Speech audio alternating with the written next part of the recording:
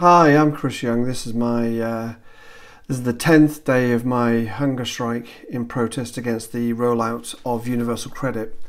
The reason I'm on hunger strike for 42 days is to focus people's minds on the fact that when somebody applies for universal credit in the UK, they have to wait 42 days before they get any money. That's 42 days without any money at all.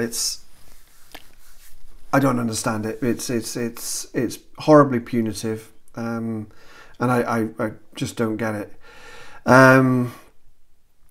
So that's why I'm on hunger strike. So this is day 10. So I'm just giving people an update of what's going on in my world and the world around me. The other day I got interviewed by the BBC Midlands Today, and it was they asked me all the appropriate questions, and it was all rather lovely. And they said I'd be on the telly last evening on the news. Unfortunately, I got bumped, but hopefully they say that I'll be slotted in somewhere further down the line, which is, that's okay. Although I was, I have to admit, disappointed. On that program, they were talking about universal credit, and they were talking about the increased use of food banks, and they were talking about the negative impact of universal credit. They then interviewed a Conservative MP called James Morris, who defended universal credit, saying that it was a more simplified process. It was ensuring that money was going to the right people, and also it was facilitating people's return to work. Now, when he was asked about the 42 days, he was saying that there's a system of crisis payments in place. Now,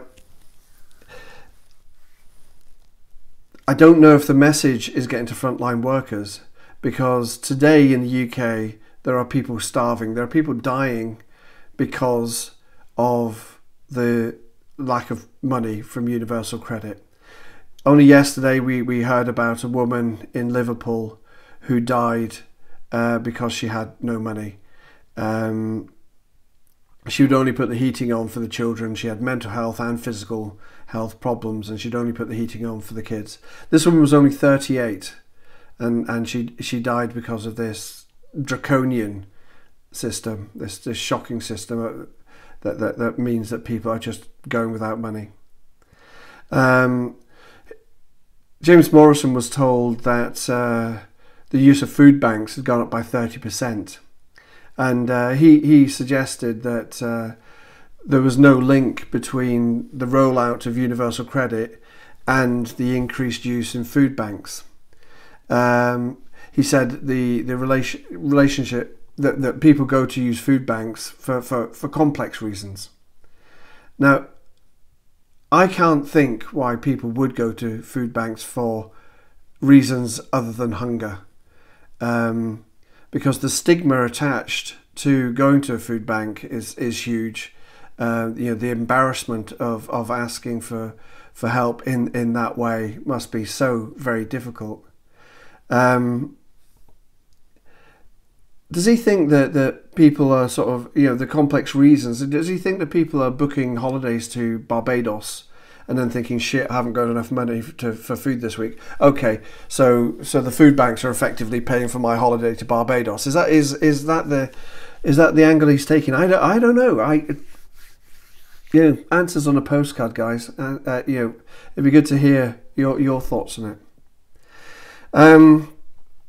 The thing that I found particularly difficult about James Morris was that on Monday I went down to Parliament and I attended a debate there about making mental health education mandatory in schools, and he spoke eloquently for the case. He was saying that it should be made mandatory. And, but he went one step further, and he was saying, you know, we should be supporting children at the preschool phase, that we should be supporting parents to support their children with their mental health in the future. And that made perfect sense. Only it was his government that removed a wonderful organisation called Sure Start. It's cut back 50% of this wonderful service, where they were doing exactly that. They were supporting parents.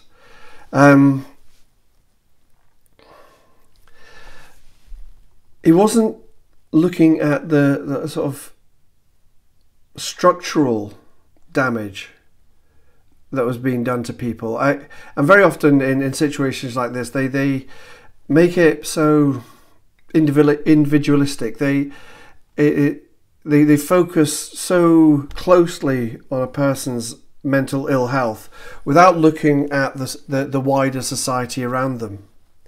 You know, and in this case, people who are in poverty their mental health is deteriorating rapidly because of that. And how he could then go on to defend a system that is causing poverty, that is obviously having a direct effect on young people and children's mental health. I don't know. I don't know how he can square that particular circle. I was reading the other day about our lawyers regarding the Department of Work and Pension and appeals, and they were saying that they felt it was ridiculous that the cases that the Department of Work and Pensions were taking to court, that they were trying to defend when applicants for benefits were appealing their case and saying reinstate my money or whatever. They were saying that the Department of Work and Pensions case was so weak that if it had been an ordinary court, they would have chucked it out. So what we're finding now is that anybody who appeals, 60% of cases now are being won by the applicant. The Department of Work and Pensions is losing 60% of their cases, which means that's thousands and thousands of pounds of public money just being wasted in an attempt to continue punishing people. And you know, going to court is horribly stressful, and trying to defend you're really literally speaking for your life. You're hoping that a system is going to be just. So, like I said, 60% of people are, winning their appeals. The other thing in the UK that's happening is, it feels like we're being sort of attacked on all sides. Homelessness has now crashed through the 300,000 barrier. So in the UK today, 300,000 people are homeless. Just to give you some perspective on that, that's the population roughly of Newcastle, and I'm pretty certain that is in a large part due to the rollout of universal credit. I'm not saying get rid of universal credit. I think it's quite a good idea to take 6 benefits and squash it down into the application of one, and making the system more streamlined. That I get that, but it is so punitive and damaging at the moment. I'm just asking that they stop the rollout now, review it, look at the flaws, acknowledge that they have built-in punishment in there, acknowledge that 42 days is way too long. We're going to be having a budget shortly, and they're going to be saying that they're thinking about reducing it to 28 days. Ridiculous. 28 days is every bit as bad as 42 days. 28 days with no money, especially now we're living in a climate of 0-hour contracts. So there are people losing their jobs and they have nowhere to go. And I can't help but think of the report that Mind put out the other week there, saying that last year around 300,000 people lost their jobs due to mental ill health. And I'm just imagining these people who, first of all, realise that there are either few or no services around them to support them with the diagnosis of the mental ill health or the correct treatment of the mental ill health because of the massive cuts. And then only to be told then that they'd have to wait 42 days for this benefit. I'm reluctant to call it a benefit. Just call it a punishment. It seems to be what it is. But yeah, 300,000 people. I like to keep people up to date with my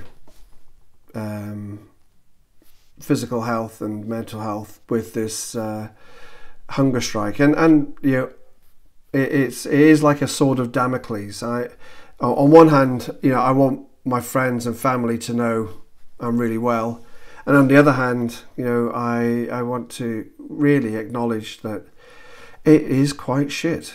You feel so removed from society that things that are available, that are options for other folk, going out for a coffee, going out for a drink, maybe going out for a meal with your friends. I can't do that. Mine's self-imposed, and mine is to help focus my mind, to help me think about this, and like I say, to raise awareness. And at the same time, I realise that I'm in a position of absolute privilege. I've got heating. I can have a bath. I can watch TV. I can watch Netflix. I can read a book. All these things.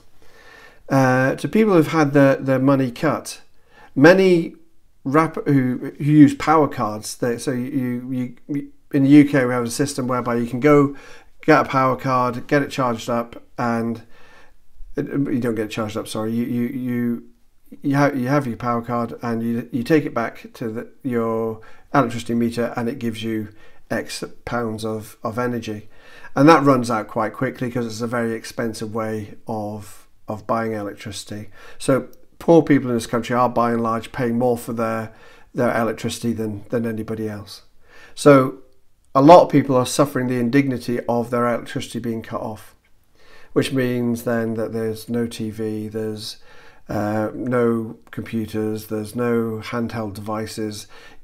All of these are going, and also people can't keep up the payments on their contracts for phones. It's a horrible cycle, and things unravel really, really quickly. We just recently heard a woman in Liverpool died, and this is just tip of the iceberg. This is a regular occurrence. And this woman died. She had mental health and physical health problems. She would only turn the heating on when her children came home from school, and she was found dead. And I'm just wondering, at what point does this become culpable homicide? At what point does this become corporate manslaughter? When I don't understand. I mean, it's already a huge infringement of people's human rights, including the fact that people are being punished without going to court, without due legal process. They are just being arbitrarily punished by folk who aren't lawyers, who are laughingly called decision makers. But these are horribly dark times, and I want you to do something, and then you can do things really easily.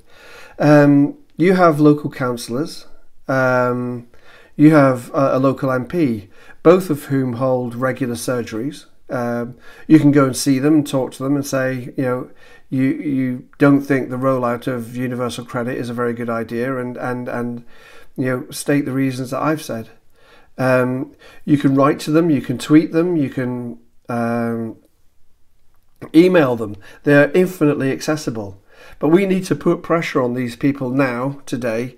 You, yes, you can do it now. It is really that simple. The government has recently lost 2 big debates in Parliament about universal credit, and I don't think it'll take too much to knock them over that tipping point. So this is really over to you. You keep, if you can join me, make a noise. That'd be fantastic. If you feel that going on hunger strike for a couple of days in solidarity, obviously if you have any pre-existing mental health or physical health conditions, think strongly about that. But the judgment is yours. Trust yourself. We just need to use our voices. We live in a democracy. Let's use that system. The world of a mental health campaigner is wonderfully variable, and yeah, this is going to be a shameless plug, and I'd be grateful if you'd take a look at this. I took delivery of my new book on Tuesday, I think it was. So I get 10 free copies of this book from my lovely publishers, Trigger Press, and I'm just delighted that it's out. Well, it's not out yet, so it's available for pre-order on Amazon. It's called LetsWalkAMile: Tales of a Wandering Loon. I'd be delighted if you'd take a look.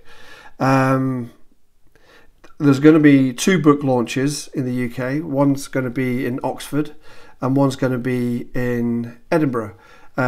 Dates to follow, and hopefully, we'll all be able to, talk about all these issues that are going on for folk, and keep spreading word and keep talking. And I really believe that together we can all make a difference. Anyway, I'm going to sign off just now. I really appreciate you listening in, watching, and thanks for all the support I've received over the past 10 days. It's been fantastic, and that just really keeps me going. So yeah, as I say, there'll be videos further down the line over the next couple of days. But yeah, thanks very much for everything, really. Thank you.